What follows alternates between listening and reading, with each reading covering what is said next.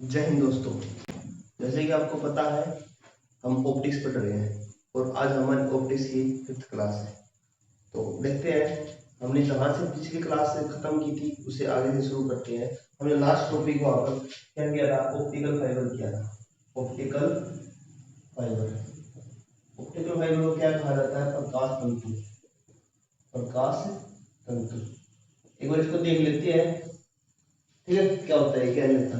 तो प्रकाश तंतु क्या होता है? प्रकाश तंतु कैसे बनता है? सबसे पहले तो ये देखते हैं प्रकाश तंतु कैसे बनता है। प्रकाश तंतु क्या होता है? एक हाई क्वालिटी यानी उच्च गुणवत्ता वाले कांच से बनता है। उच्च गुणवत्ता वाले कांच से बनता है।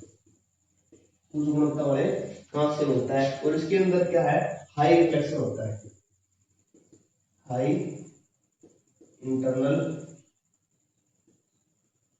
रिफ्लेक्शन होता है। हाई इंटरनल रिफ्लेक्शन होता है जिसके कारण क्या होता है? जो सिग्नल होते हैं ना वो बहुत ही जल्दी चले जाते हैं और बिना किसी अक्षर के, बिना किसी नुकसान के एक स्थान से दूसरे स्थान पर पहुंच जाते हैं। ठीक है? सिग्नल का क्या नहीं होता? सिग्नल का अक्षय नहीं होता, यानी अक्षय का मतलब होता है नुकसान। और एक स्थान से दूसरे स्थान पर बिना किसी अक्षय के सिग्नल पहुंच जाते हैं। ठीक है? उसके बाद क्या है? इसके अंदर दो चीजें होती है, एक तो होता है कोर और एक होता है क्लैडिंग। कोर और क्लैडिंग। कोर को बोला जाता है क्रोड और क्लैडिंग को बोला जाता है आवरण। कोर और क्लैडिंग। अब इन दोनों में से जो क्रोड होता है उसका जो अपवर्तनांक होता है वो आवरण से ज्यादा होता है, जिसके कारण क्या होता है? टोटल रिफ्लेक्शन होने के कारण सिग्नल बहुत बहुत जल्दी पहुंच जाते हैं। जैसे ये हमारे पास क्या है? फाइबर केबल है। फाइबर केबल के अंदर सबसे पहले यहाँ से कटाई और ये सिग्नल है सारे सारे ये, और लास्ट में सिग्नल ट्रांसमिट हो जाता है। तो यहाँ पे देख लेते हैं कि बहुत ही कम यानी बिल्कुल नेग्लिजिबल, ना के बराबर क्या होता है यहाँ पर? सिग्नल लॉस होता है। ठीक है? तो इसलिए आज के टाइम में जो इंटरनेट वगैरह है वो एक स्थान से दूसरे स्थान पर पहुंचाने के लिए अब केबलों का इस्तेमाल किया जाता है। बड़े बड़े केबल समुद्र के नीचे से भी गुजारी जाती है और आपके जमीन के नीचे से भी, जो आपके गाँव में या घरों में या शहरों में टावर लगे होते हैं उनके नीचे से पूरी पूरी जो केबल बिछाई जाती है वो कौन सी होती है? ऑप्टिकल फाइबर होती है। Optical fibre. और ऑप्टिकल फाइबर आपको पता चल गया होगा कि सिग्नल का लॉस नहीं होने देता। ठीक है? इसके अंदर हमने पता कर लिया था कि जो खोज है वो किसने की थी? नरेंद्र नरेंद्र कपानी। इसका खोजकर्ता कौन था? नरेंद्र कपानी। और इसका जो यूज होता है वो चिकित्सा में किया जाता है। चिकित्सा चिकित्सा में कहा? एंडोस्कोपी। एंडोस्कोपी एंडोस्कोपी में भी ऑप्टिकल फाइबर का यूज किया जाता है। तो आपको ये समझ में आ गया होगा। इसे नेक्स्ट टॉपिक हम देखते हैं अब क्या होता है। अब देखते हैं हम नेक्स्ट टॉपिक हमारा लेंस का। लेंस क्या होते हैं, कैसे बनते हैं? लेंस लेंस दो पृष्ठ होते हैं, चाहे वे दोनों के दोनों गोलियां हो सकती है या उनमें से एक गोली है या एक समतल पृष्ठ भी हो सकता है। तो उनके कॉम्बिनेशन से हम क्या बनाते हैं? लेंस बनाते हैं। तो लेंस के अंदर तीन चीजें, या तो गोलीय दर्पण, गोलीय पृष्ठ, और ये पृष्ठ जो होते हैं वो कैसे होते हैं? ट्रांसमिट होते हैं। ये होते हैं ट्रांसपेरेंट। ट्रांसपेरेंट। ठीक है? ये कैसे पृष्ठ होते हैं? ट्रांसपेरेंट होते हैं, इनके आर पार हमको हम देख सकते हैं। ठीक है? दूसरा हो सकता है इसके अंदर समतल समतल पृष्ठ। अब इन के कॉम्बिनेशन से क्या बनता है? लेंस बनता है। चाहे वो लेंस, अगर दोनों के दोनों लेंस उसके अंदर उत्तल है, अगर दोनों के दोनों कैसे लेंस है? उत्तल लेंस है, दोनों के दोनों उत्तल लेंस है, तो क्या बनता है? द्विउत्तल लेंस बनता है। द्विउत्तल लेंस, इसको बाई कन्वेक्स लेंस भी बोलते हैं। ये दो किसके किसके कॉम्बिनेशन से बनेगा, दो उत्तल लेंस के कॉम्बिनेशन से बनेगा ऐसे। उसके बाद क्या हो सकता है, दोनों अवतल हो, दोनों अवतल लेंस हो। इस तरह का जो हमारे पास लेंस बनता है, इसके अंदर ये भी अवतल लेंस होता है और ये भी अवतल लेंस होता है, ठीक है। अब दोनों दोनों कैसे, इसके अंदर भी गोलीय दर्पण है, इसके अंदर दोनों के दोनों उत्तल लेंस है और इसके अंदर दोनों के दोनों अवतल लेंस है। अब क्या होता है, हमारे पास समतल लेंस भी होता है, समतल लेंस, समतल लेंस। आपको बता देते हैं कि जो ये मान के चलो हमारे पास कौन सा है, अवतल लेंस है और ये कौन सा है, समतल लेंस है। तो इसको समतल उत्तल लेंस भी कहते हैं, ठीक है। उसके बाद क्या है, ये हमारे पास कौन सा है, ये हमारे पास है अवतल लेंस। अगर हम ये हमारे पास कौन सा है, अवतल लेंस और ये है समतल लेंस, तो ये बन जाता है समतलो उत्तल लेंस, समतलो उत्तल लेंस। तो हमने देख लिया है कि किस तरह से दो पृष्ठों की मध्य से हम क्या बनाते हैं, एक लेंस बनाते हैं। चाहे वो दोनों के दोनों पृष्ठ गोलीय भी हो सकते हैं या उनमें से एक समतल या दूसरा गोलीय भी हो सकता है, ठीक है। अब देखते हैं हम उत्तल लेंस के बारे में। उत्तल लेंस, उत्तल लेंस, उत्तल लेंस को बोला जाता है कन्वेक्स लेंस, कन्वेक्स लेंस।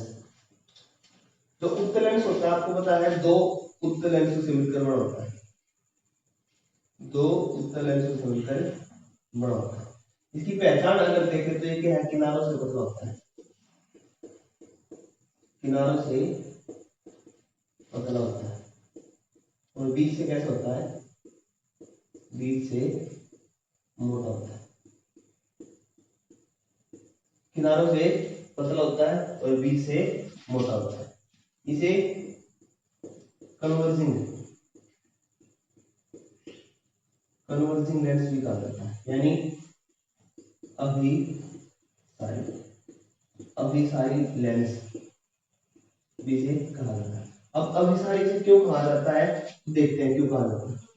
अब जैसे ही क्या है, इस पे प्रकाश पड़ा और इसने क्या कर दिया, सभी किरणों को एक जगह पे फोकस कर दिया, तो एक जगह पर किरणों को लेने के लिए क्या है, ये अभिसारी लेंस है, ठीक है। एक जगह पे लगता है अभिसारी लेंस होता है। ये इसका काम क्या है, ये छोटी चीजों को, छोटी वस्तुओं या अक्षरों, छोटे अक्षरों को बड़ा करके दिखाता है, बड़ा करके दिखाता है। जो हमारी आंख के अंदर जो लेंस होता है ना, बाय डिफॉल्ट जो हमारी आंख में लेंस होता है वो कौन सा होता है, उत्तल लेंस ही होता है, उत्तल लेंस। इसका इस्तेमाल हम देखेंगे जब दूरदर्शी दोष, निकट दृष्टि दोष या आंखों के जितने भी दोष होते हैं वो सारे जब पढ़ेंगे तब देखेंगे कि कौन सा लेंस कौन से दोष को ठीक करने के लिए काम आता है, ठीक है। तो उत्तल लेंस की परिभाषा देख लेते हैं कि उत्तल लेंस क्या होता है, कि बाई कन्वेक्स लेंस, इसी को बाई कन्वेक्स लेंस भी बोलते हैं और इसी को कन्वेक्स लेंस भी बोलते हैं, क्योंकि दो कन्वेक्स लेंस मिलकर क्या बनाती है, कि कन्वेक्स लेंस बनाती है। तो किनारों से पतला होगा और बीच से कैसा होता है, मोटा होता है, ठीक है। इसी को क्या बोलते हैं, कन्वर्जिंग लेंस यानी अभिसारी। अभिसारी का मतलब है सभी किरणों को एक स्थान पर लाके मिला देगा, जैसे यहाँ पे मिलाया है, ठीक है। तो ये हमारा कौन सा लेंस है, हमारा उत्तल लेंस। उसके बाद पढ़ते हैं हम अवतल लेंस। अवतल लेंस, अवतल लेंस को बोला जाता है कनकेव लेंस। अब ये भी क्या है, ये भी दो सतहों से मिलकर बनता है, दो सतहों से मिलकर बनता है, दो पृष्ठों से मिलकर बनता है। इसी को भी क्या बोलते हैं, बाई कनकेव लेंस, इसको बाई कनकेव लेंस भी कहा जाता है। बाई का मतलब तो दो, और कनकेव का मतलब दो कनकेव मिरर आपस में जब जोड़ दिए जाते हैं तो क्या बनता है, कनकेव लेंस बनता है। कनकेव लेंस क्या करता है, ये इसे डाइवर्जिंग लेंस भी कहा जाता है, डाइवर्जिंग लेंस भी कहते हैं। और इसकी पहचान क्या है, ये बीच से पतला, बीच से पतला और किनारों से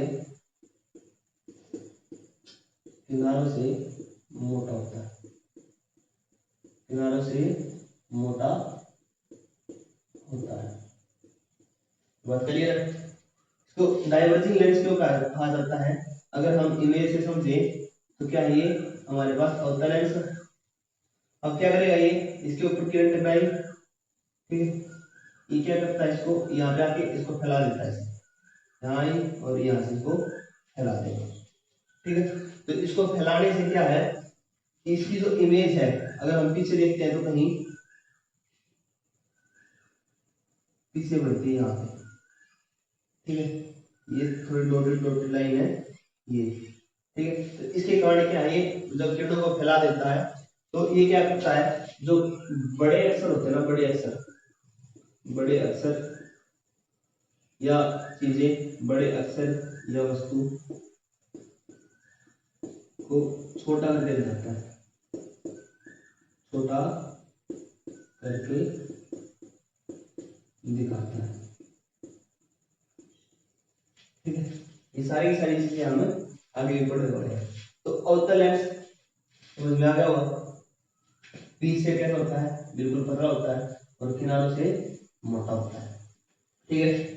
इनके बारे में देखते हैं कि वस्तु की जो पोजीशन होती है, कहाँ रखें पोजीशन वस्तु को, ठीक है, कि इतना क्या बन जाए हमारे पास प्रतिबिंब बने। उससे पहले प्रतिबिंब बनने से पहले लेंस के अंदर की जो दो तीन चीजें हैं, ये लगभग तीन चार चीजें हैं, वो पढ़ लेते हैं कि प्रकाश बिंदु क्या होता है, वक्रता के अंदर क्या होता है, ठीक है। तो मान लीजिए हमारे पास ये है,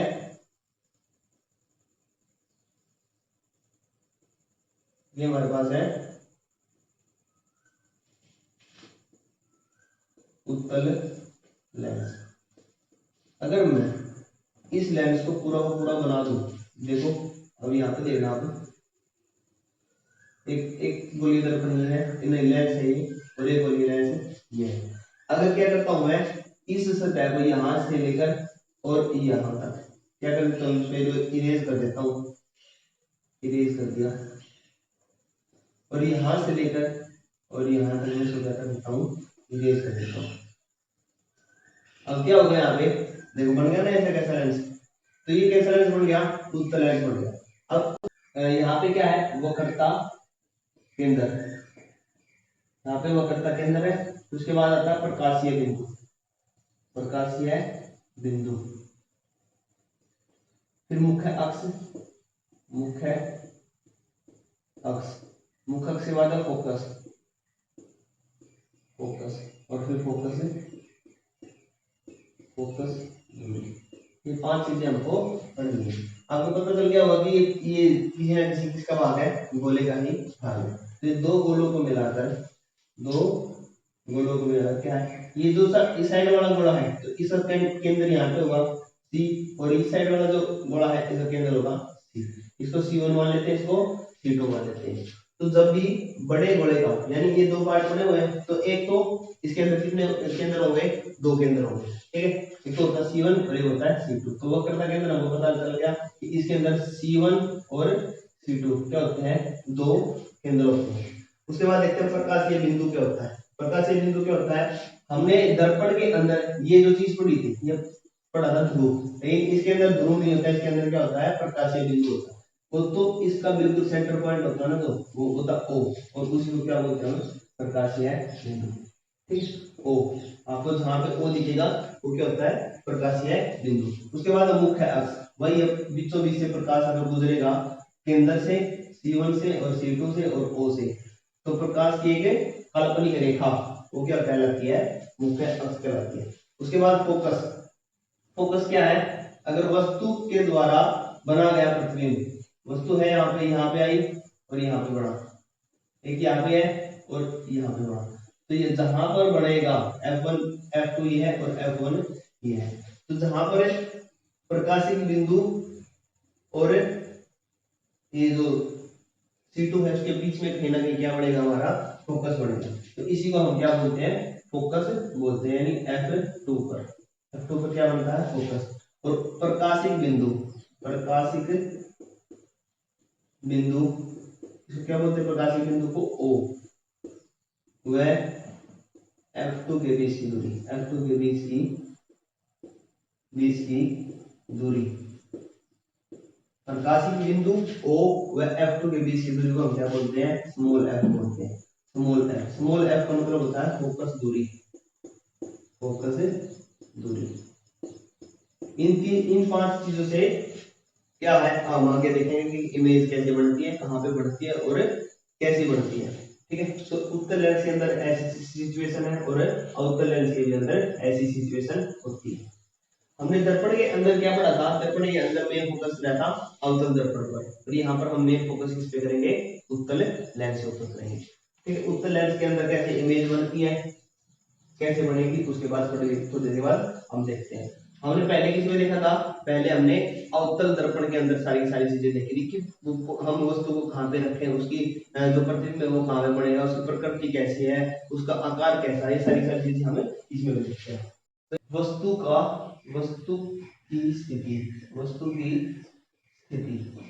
वस्तु की स्थिति, उसके बाद क्या है, वस्तु द्वारा बनाए गए प्रतिबिंब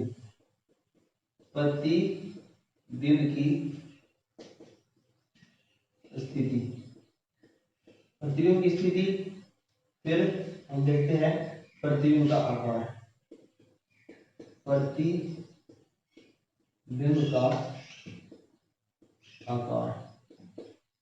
और फिर प्रतिबिंब की प्रकृति,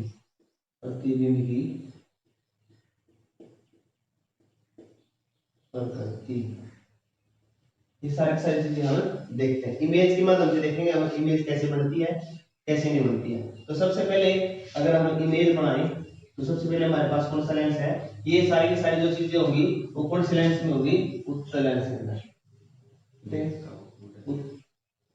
उत्तल लेंस के अंदर।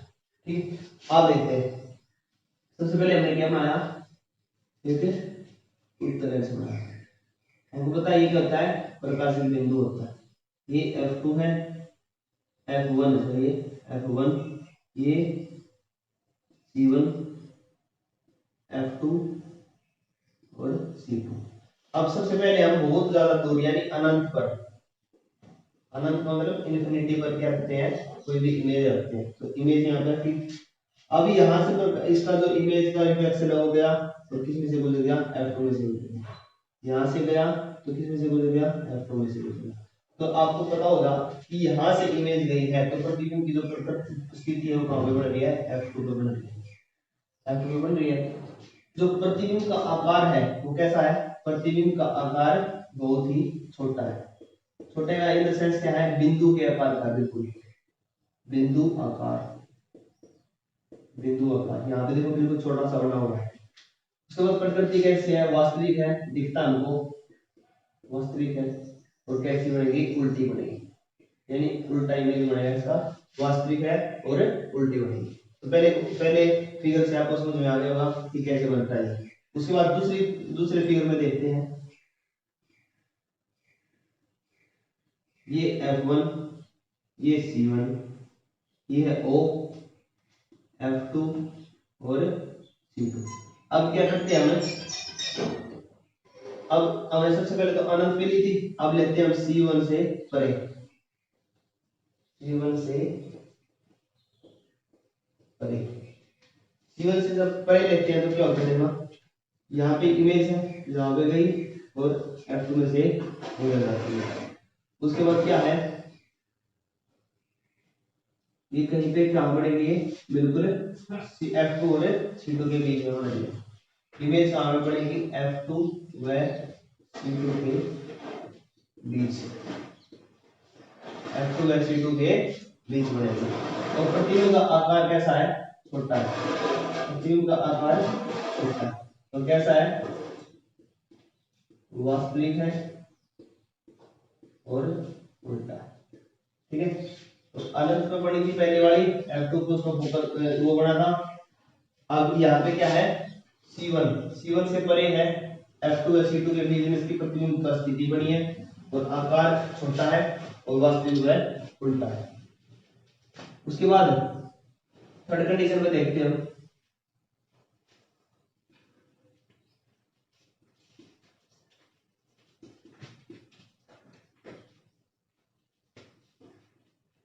F2 और C2 अब हमने कहां पे ले लिया, एक तो अनंत पे ले लिया, एक C1 से परे ले लिया और एक ले लिया हमने अब बिल्कुल C1 पे ले लेते हैं।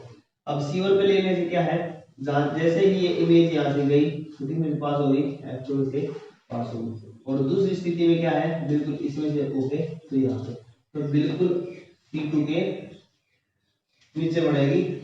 यहाँ पर मैं क्या लिया सबसे पहले इमेज को कोई भी वस्तु है हमने कहाँ पे लिया C1 पर लिया, C1 पर, ये C1 से परे थी, अब हमने कहाँ पे लिया है C1 पर लिया। C1 पर लेने से क्या होता है कि जो इमेज हमारे जो प्रतिबिंब बना है वो कहाँ पे बना है बिल्कुल C2 पर बना है। ऐसा बना है जितनी वस्तु थी वस्तु के आकार का वस्तु के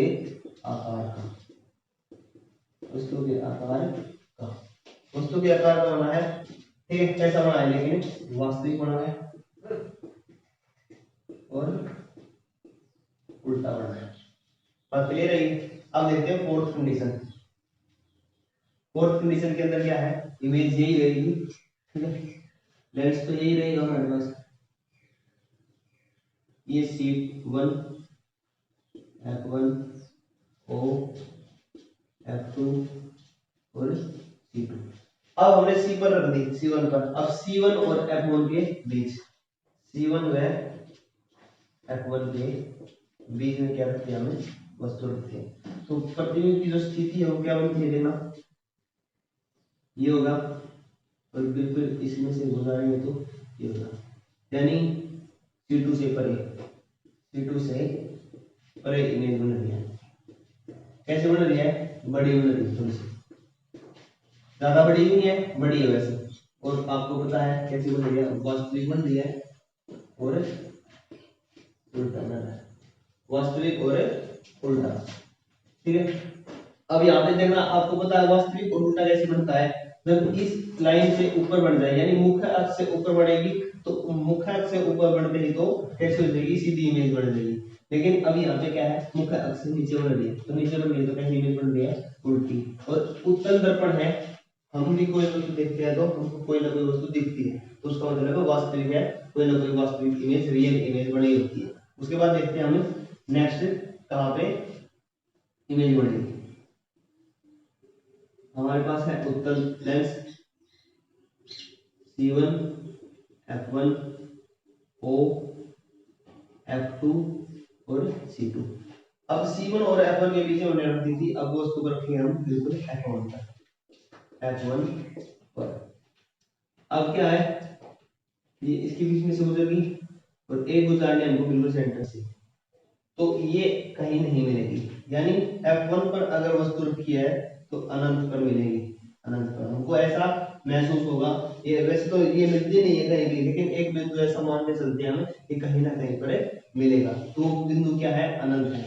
और इमेज कैसे बन रही है, बड़ी बन रही है, बड़ी इन द सेंस क्या है, बहुत ज्यादा वृहद है, वृहद आकार का मतलब बड़े आकार की बनेगी, वास्तविक बनेगी।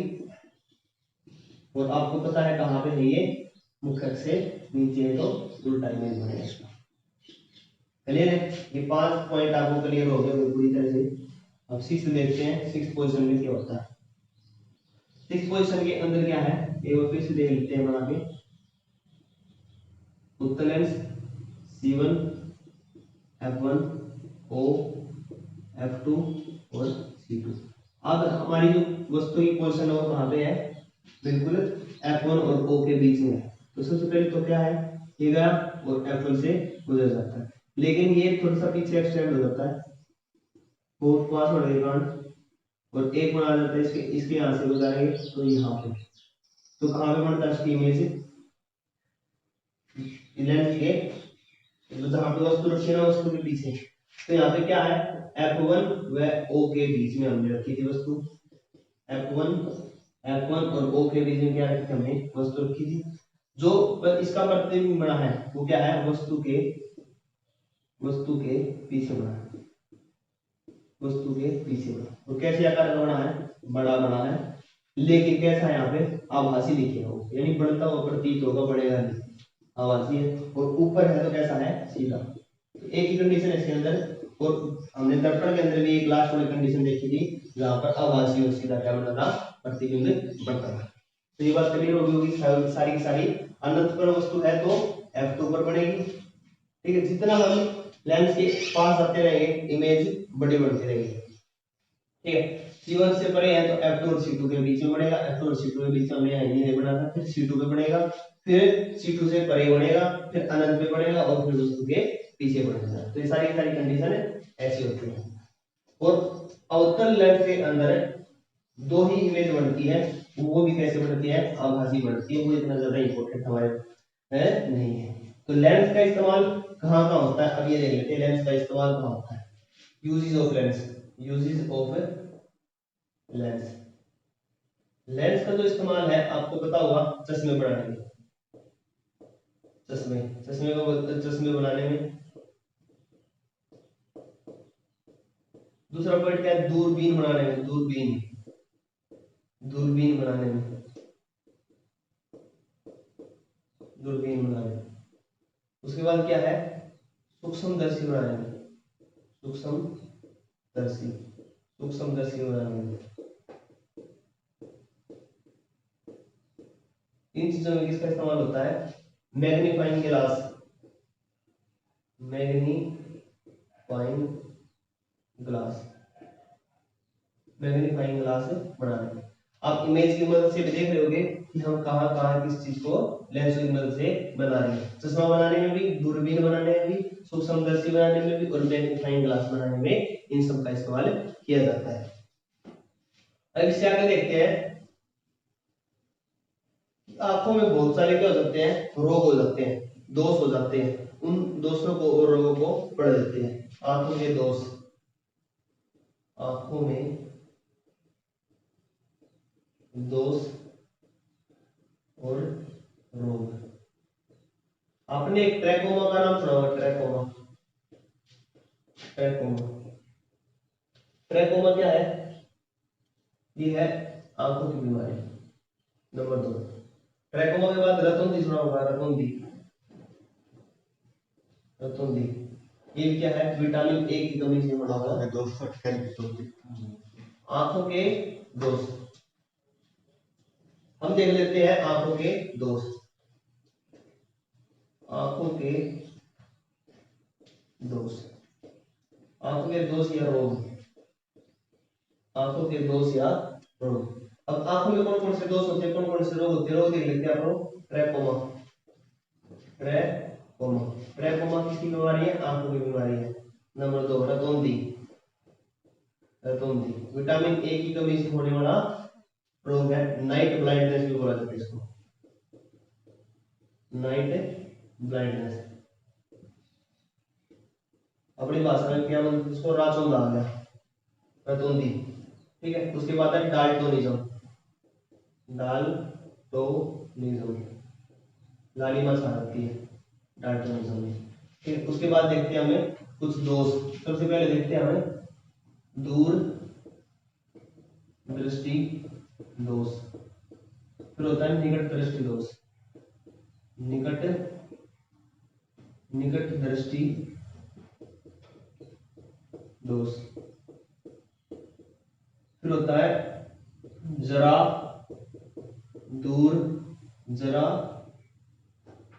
दूर दृष्टि दोष। फिर देखते हैं अबिंदुकता, और लास्ट में है मोतियाबिंद,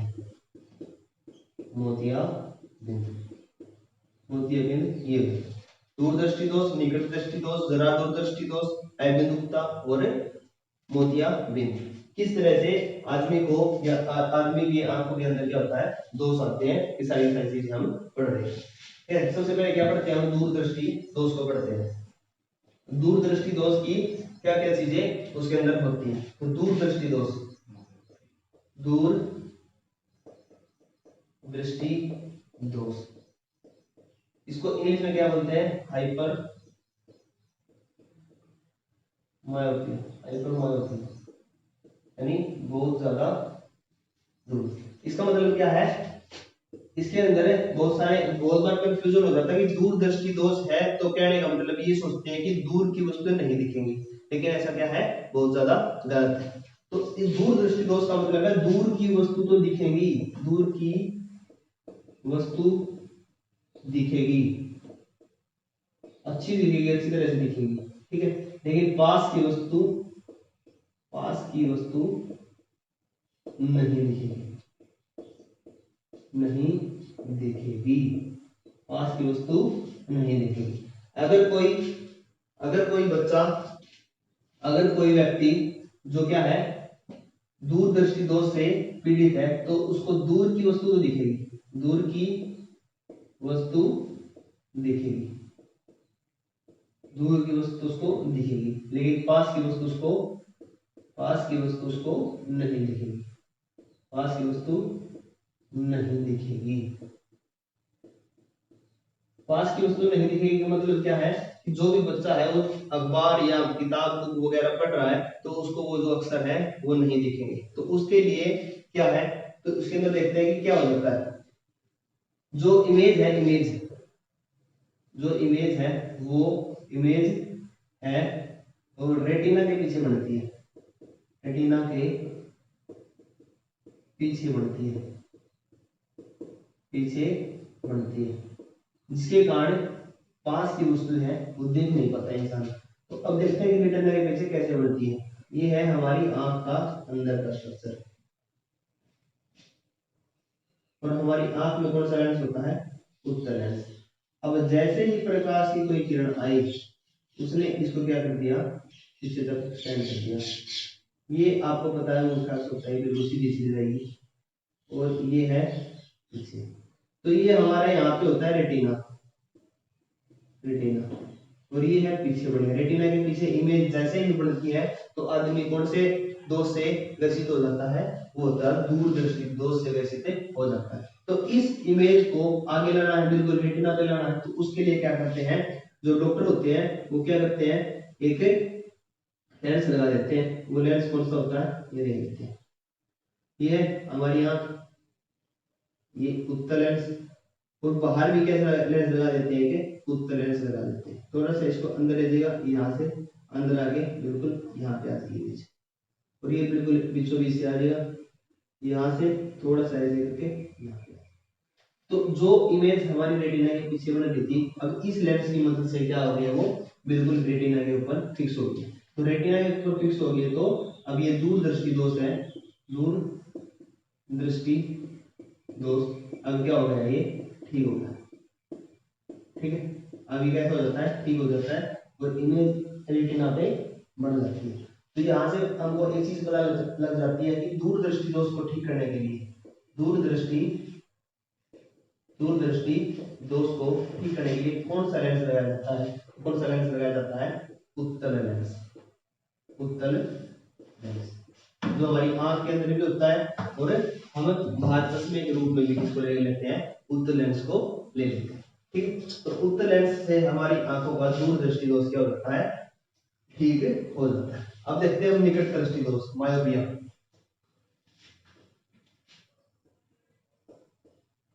निकट दृष्टि दोष, निकट दृष्टि दोष को क्या बोला जाता है, मायोपिया। अब इसके अंदर क्या है, फिर से वही निकट दृष्टि दोष होगा तो क्या है, निकट की वस्तु तो अच्छी दिखेगी लेकिन दूर की वस्तु नहीं दिखेगी, दूर की वस्तु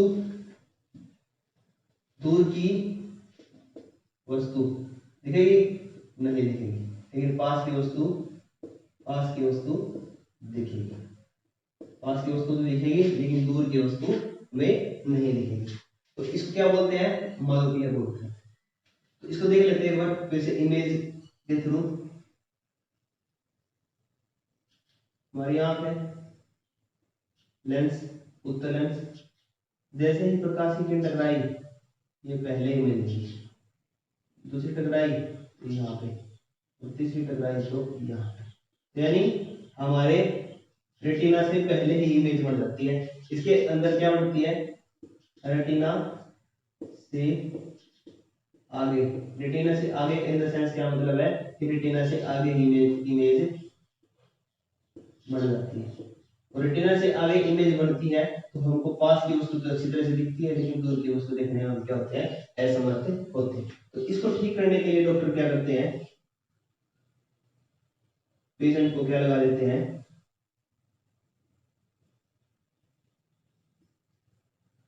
ये कौन सा लेंस हो गया हमारे पास, ये हमारे पास हो गया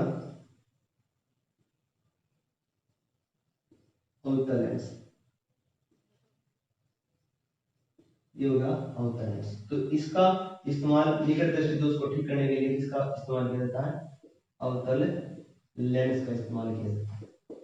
अवतल लेंस क्या करता है, जो इमेज आगे बन रही थी, रेटिना से थोड़ी सी आगे बन रही थी, उसको धकेल के उसको फिक्स करके कहां पे कर देता है, पीछे की तरफ कर देता है, जिसके कारण क्या बन जाती है, अच्छी से इमेज बन जाती है, और पास की भी और दूर की भी, दोनों के दोनों वस्तुएं हमको विजिबल होने लग जाती है। उसके बाद देखते हैं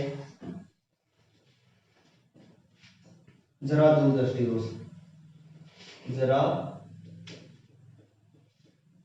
दूर दृष्टि दोष, तो प्रेस बायोपिया,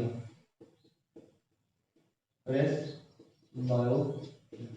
अब इस रोग से ग्रसित जो व्यक्ति होता है उसको ना तो दूर की, ना दूर की और ना पास की कोई सी भी वस्तु नहीं दिखती, ना तो दूर की दिखती ना ही पास की दिखती। ज्यादातर ये है दो से बूढ़ों में हो जाता है, बूढ़ों को ना तो दूर की वस्तु दिखती है और ना ही पास की वस्तु दिखती है। तो उसके लिए क्या होता है कि डॉक्टर एक द्विफोकल लेंस, द्विफोकल लेंस का यूज करते हैं, यूज करते हैं। तो डॉक्टर सलाह देते हैं बूढ़ों को कि आप कौन सा लेंस का यूज करो, द्विफोकल लेंस का यूज करो। तो द्विफोकल लेंस के अंदर दो पार्ट में उस चश्मे के जो भाग होता है, लेंस होता है, उसको बांट दिया जाता है। जो नीचे वाला लेंस बना देते हैं वो बना देते हैं उत्तल लेंस, उत्तल लेंस, और जो ऊपर वाला बना देते हैं वो बना देते हैं अवतल, अवतल लेंस। यानी ये किसको ठीक करेगा, ये दूरदृष्टि दोष को ठीक करेगा, दूरदृष्टि को ठीक करेगा, और ये निकट दृष्टि दोष को ठीक करेगा, निकट दृष्टि दोष को ठीक करेगा। अब इनके अंदर क्या है, आदमी को अगर कोई बूढ़ा है या कोई अधेड़ उम्र का है, उसको क्या है, ना तो अक्सर दिखते हैं और ना ही दूर से कोई आता हुआ व्यक्ति दिखता है या कोई भी चीज आती हुई दिखती है। तो उत्तल लेंस की मदद से क्या देख लेता है, वो छोटे अक्षर देख लेता है, छोटे अक्षर। और अवतल लेंस की मदद से क्या है, वो दूर की वस्तु भी देख लेता है। तो इसके लिए कौन सा लेंस लगाया जाता है, द्विफोकल लेंस का इस्तेमाल किया जाता है। और इस द्विफोकल लेंस से ये रोग, ये दोष जो होता है वो दूर हट जाता है। उसके बाद देखते हैं अविदुक्ता, अविदुक्ता। अविदुक्ता क्या होता है, एस्टिग्मेटिज्म। इसके अंदर क्या है कि जो हमारी आंख का कॉर्निया है, हमारी आंख का कॉर्निया वो थोड़ा सा प्रभावित हो जाता है, प्रभावित हो जाता है, जिसके कारण क्या है कि जो अक्षैतिज पे बड़ी वस्तु है, अक्षैतिज हॉरिजॉन्टली, अक्षैतिज वाली वस्तु वो तो हमको क्या दिखती है, बिल्कुल अच्छी दिखती है, टिप टॉप दिखती है। लेकिन जो खड़ी हुई वस्तु है, जो वर्टिकल वस्तु है, वर्टिकल वस्तु है, वो कैसी दिखती है, हमको थोड़ी सी तिरछी दिखती है, तिरछी दिखने लग जाती है। यानी ये ऐसी है तो हमको थोड़ी सी ऐसी दिखने लगती है, तिरछी। तो इसके लिए डॉक्टर बेलनाकार लेंस, बेलनाकार लेंस लगाने की सलाह देते हैं। बेलनाकार लेंस क्या है, ये जो इसकी पोजीशन है ये हमको थोड़ी सी तिरछी नजर आ रही है तो बिल्कुल हमको सीधी नजर आती है, तो बेलनाकार लेंस का इस्तेमाल हम अभिमुखता एस्टिमेटिज्म को दूर करने के लिए करते हैं। ठीक, उसके बाद है हमारे पास मोतियाबिंद। मोतियाबिंद मोतियाबिंद क्या है, एक तरह का आंखों से संबंधित रोग है, दोष है। इसके अंदर क्या होता है, आंख के आगे, आंख के लेंस के आगे, लेंस के आगे मांस जमा होने लगता है, मांस जमा होने लग जाता है, जिसके कारण क्या है, आदमी को चीजें दिखाई नहीं देती, चीजें दिखाई नहीं देती। ठीक है, अब क्या करते हैं डॉक्टर, ऑपरेशन के द्वारा, ऑपरेशन द्वारा, ऑपरेशन द्वारा क्या कर लेते हैं, इसको मांस को हटा देते हैं, मांस हटा देते हैं, जिससे रोगी को चीजें दिखाई देने लगती है। तो पांचों चीज हमने देख ली। सबसे पहले दूरदृष्टि दोष पढ़ा था, फिर निकट दृष्टि दोष पढ़ा था, फिर हमने जरा दूरदृष्टि दोष प्रेस बायोपिया पढ़ा, फिर अभिमुखता पढ़ा, और फिर हमने लास्ट में मोतियाबिंद पढ़ लिया है। उसके बाद एक छोटा सा टॉपिक रहता है बिल्कुल, उसको बोलता है persistence, persistence, persistence of vision, यानी दृष्टि निर्बद्धता। अब ये होता क्या है, दृष्टि निर्बद्धता होता क्या है, हम जब कोई भी इमेज देखते हैं और हम मान के चलो हम अपनी किसी इमेज को देखकर हमारी आंखें बंद कर लेते हैं, तो उस इमेज की जो प्रति है, जो कॉपी है, वो हमारे दिमाग में 1/16 सेकंड तक रहती है। ठीक, कोई भी चीज हमने देख ली तो उसकी जो इमेज है वो हमारे मस्तिष्क में कितने सेकंड तक रहती है, 1/16 सेकंड तक रहती है। और जितने भी चलचित्र होते हैं, जितने भी चलचित्र का मतलब यहाँ पे मूवीज, जितनी भी मूवीज होती है, जितने भी कार्टून होते हैं, वे 24 फ्रेम पर शूट किए जाते हैं, 24 फ्रेम पर सेकंड पर शूट किए जाते हैं। अब 24 फ्रेम का मतलब क्या होता है कि बहुत सारी छोटी छोटी इमेज होती है, ठीक है, बहुत सारी इमेज जो हम कार्टून वगैरह देखते हैं टीवी में, वो कार्टून वास्तव में कार्टून नहीं होते, वो सारी सारी क्या होती है, इमेज होती है। उनको ऐसे सेट किया जाता है कि एक सेकंड में कितनी इमेज गुजरे, 24 इमेज गुजरे, जिसके माध्यम से हमको मूवमेंट करते नजर आते हैं। वे लड़ाई करते नजर आते हैं, बातें करते नजर आते हैं, कुछ खाते नजर आते हैं, गाड़ी चलाते नजर आते हैं। आपने देखा होगा कोई भी छोटा मोटा कार्टून का शो, ठीक है, तो उसके अंदर क्या है, जो कार्टून वगैरह होते हैं वो 24 फ्रेम के ऊपर प्रति सेकंड के ऊपर सेट कर लिए जाते हैं, जिससे उनकी मूवमेंट होती रहती है। तो ये इसको बोलते हैं परसिस्टेंस ऑफ विजन। तो हमारे दिमाग में किसी भी इमेज की जो तस्वीर होती है वो 1/16 सेकंड तक बनती है। अगर एक क्वेश्चन आ जाता है तो आप 1/16 करके आओगे। और जितने भी मूवी चलचित्र वगैरह होते हैं वो 24 फ्रेम पर शूट किए जाते हैं। आई होप आपको इतना समझ में आ गया होगा।